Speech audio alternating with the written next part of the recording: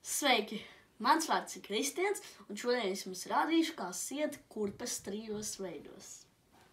Rekur. Mums ir mezgls. Pirmais veids ir cilpa. Paņemat vienu galiņu un ar otru striķi pārrištā. Tā augšējo pārlieciet uz otru pusi un lejējo ar uztaisīto velciet. Tas ir pirmais veids. Otrais veids ir zaķa ausis. Paņemiet divus šoreiz. Tad pārlieciet pāri. Un tad izbāziet kreiso cauri.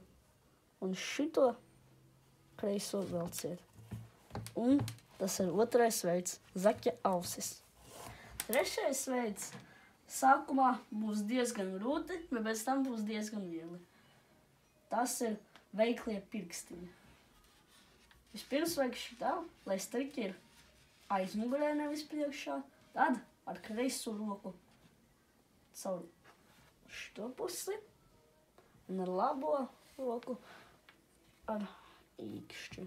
Tad pavelciet šeit, jo būs tā vieglāk uz pirkstu galiem. Tad pagrieziet šitien. Tad ar šito te pirkstu aizskeriet šito, un tas būs jāvelk. Un tad šita te aizskersieties ar šito. Tad velciet. Un rekur sanāca. Aplausīt! Atā!